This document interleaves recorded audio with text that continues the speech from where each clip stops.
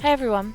Something I wanted to start doing on this channel is exploring cryptids, monsters and folklore creatures in a series called Cryptid Catalogue. And to kick the series off, while we were in the Hexmas season, I thought I'd talk about the monsters of Christmas. Hope you enjoy.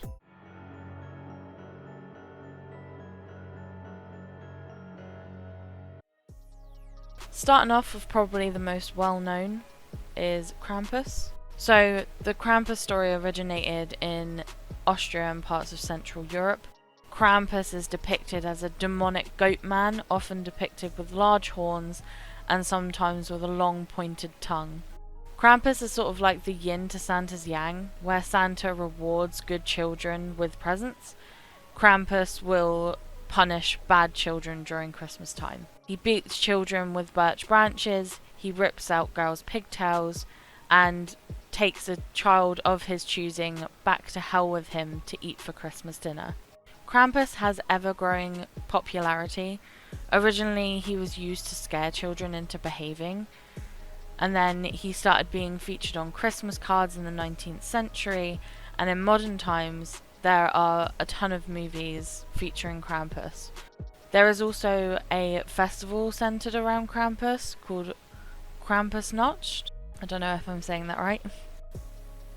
Krampusnacht, Which takes place on the 5th of December, where adults dress as Krampus and they travel through the streets and they get drunk and they scare children.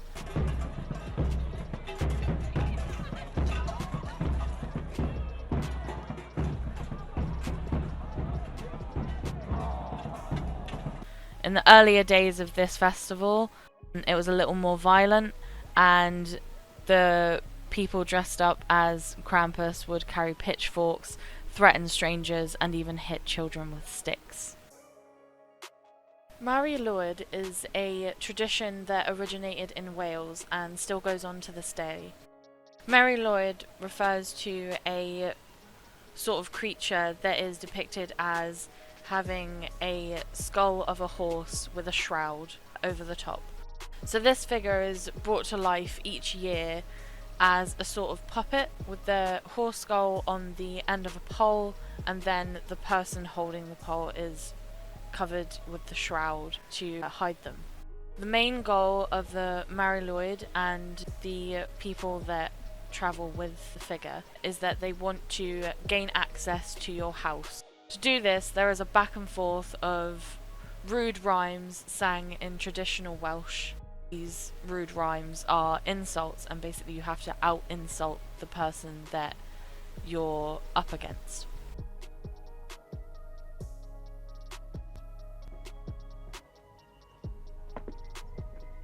Mae'n werth o ti'n cewi ac yn roedd I fyny'r ac ofned I sythu a sychwen a beili ar lachwen a beili oes enw. Os wyt ti yn credu mod hi mynd I sythu ffalina byw hynny, ma'n wedyn cynnesu yn ysbryd hi'n berwyr yn os enw. Ori, di normal o wag I fi wir. Diolch mewn, boys.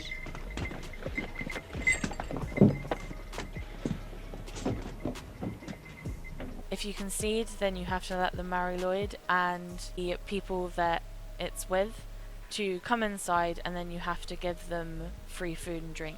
Usually this is cake and ale. And it is believed that the person who has the Mari Lwyd enter their home will have good luck for the next year. La Befana, if you're in Italy or parts of Eastern Europe, or Baboushka, if you're in Russia, is a witch-like woman who each January packs up and sets off on a broomstick to join the three kings who are seeking Jesus Christ. She searches every home, and if she finds a child there, she leaves cookies and gifts behind. So in a way, she's similar to a Santa Claus type figure.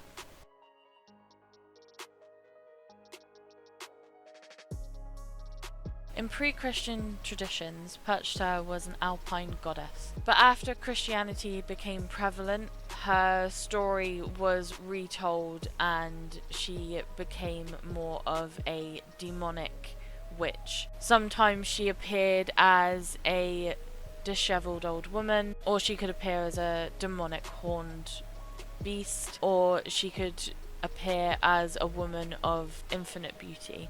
Her story changed from that of a goddess to a monster who stalked villages on New Year's Eve, punishing anyone who displeased her. As long as you followed the rituals on Perchta's night, then she would then appear as the divine beauty. She wouldn't appear as this monster and punish you. The traditions of Perchta's night is a traditional meal and special cakes which are baked in her honour. If you do displease her, if you fail to carry out these traditions, these rituals, then she would sneak into your home while you're asleep, and she would slit your belly open, replace your internal organs with pebbles and straw, and then the following day it said that when your corpse is discovered, people assume that you died in your sleep.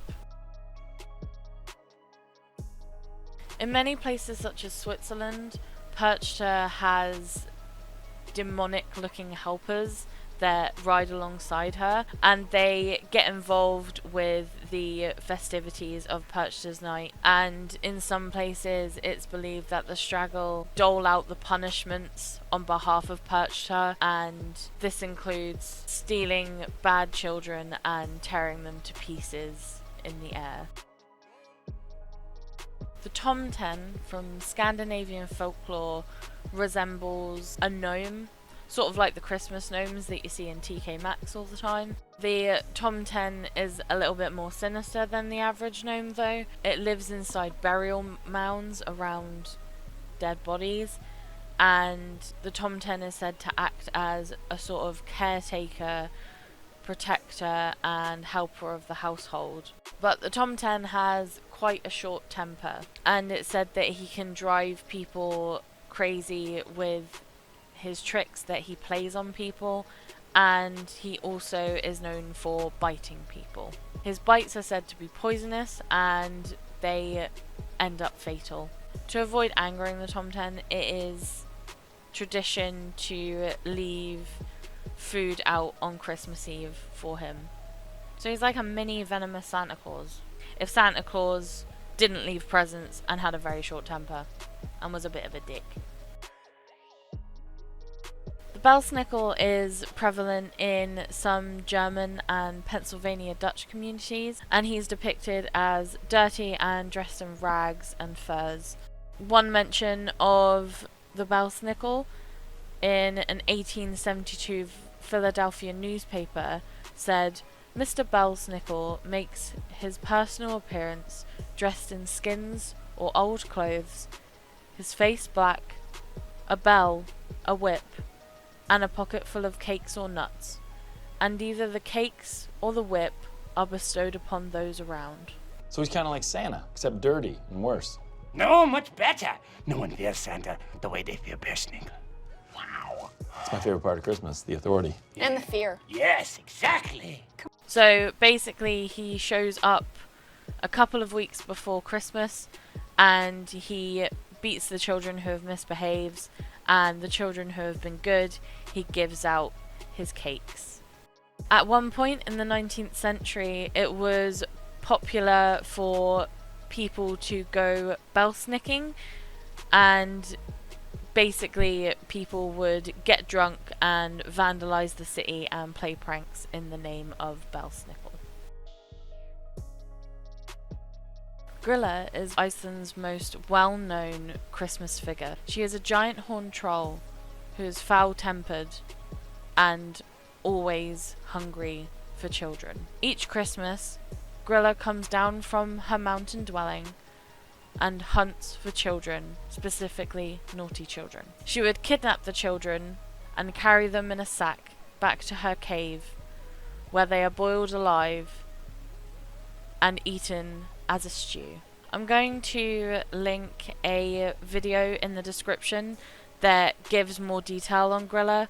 It's by a channel called Cryptic, and it's a really good video. It's a very interesting watch. Now, the images that I have on the screen now might seem completely random, but if you're from Iceland and you know of Grilla's 13 sons, then you'll know exactly who they refer to. The 13 sons of Grilla all have a particular characteristic or a particular thing that they do. They're sort of like the dwarves from Snow White, but if they were a lot more oddly specific. In Iceland, it's said that the children of Iceland will be visited each night on the 13 days leading up to Christmas by a different Yule Lad. So in the Yule Lad lineup, we have the Skier Gobbler, who loves and steals Skier yogurt from the Icelandic peoples. Gully Hawk, who hides in gullies and then sneaks into the cowshed to lick the foam off the top of the milk buckets. Sheepcoat Clod, who has peg legs and also likes sheep a little bit too much. Sausage Swiper hides in the rafters and steals sausages that are being smoked. Door Slammer, who slams doors, usually at night, to wake people up. Stubby, the shortest of the bunch, who steals pans to eat the crust that's left on them. Pot Scraper, who steals and eats the leftovers in the bottom of pots.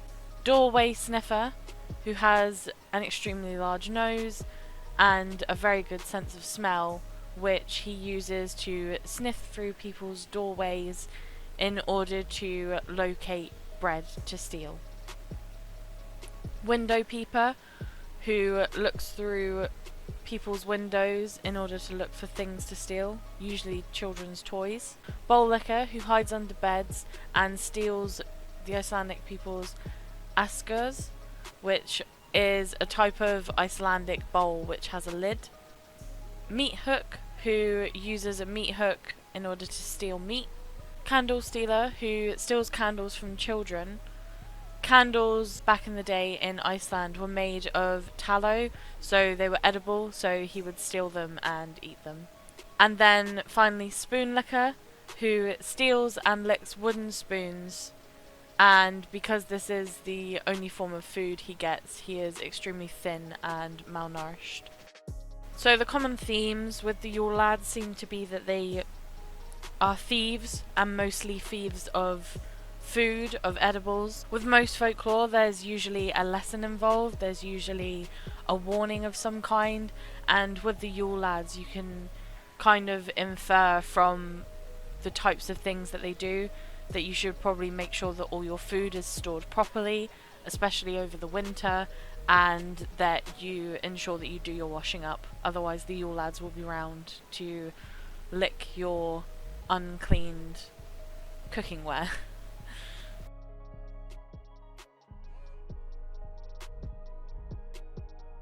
The final Christmas monster that I want to talk about today is the Yule Cat, which is the pet of both Grilla and the Yule Lads. The Yule Cat, obviously originating in Iceland, is a ferocious, huge, beast-like cat with razor whiskers and blazing eyes and terrible claws.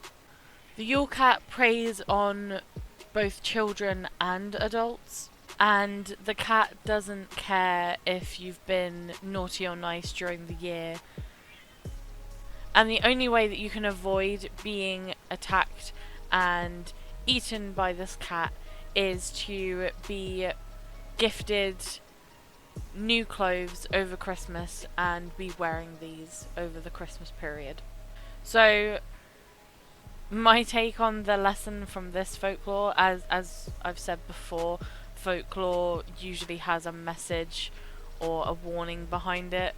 I think this is trying to give more importance of the gifting of clothing, especially as Iceland is so cold, so extra clothing is something that would definitely help, especially during the winter months. And also it might deter children from complaining when they just get socks instead of toys. Thank you so much for watching. I hope you enjoyed this video.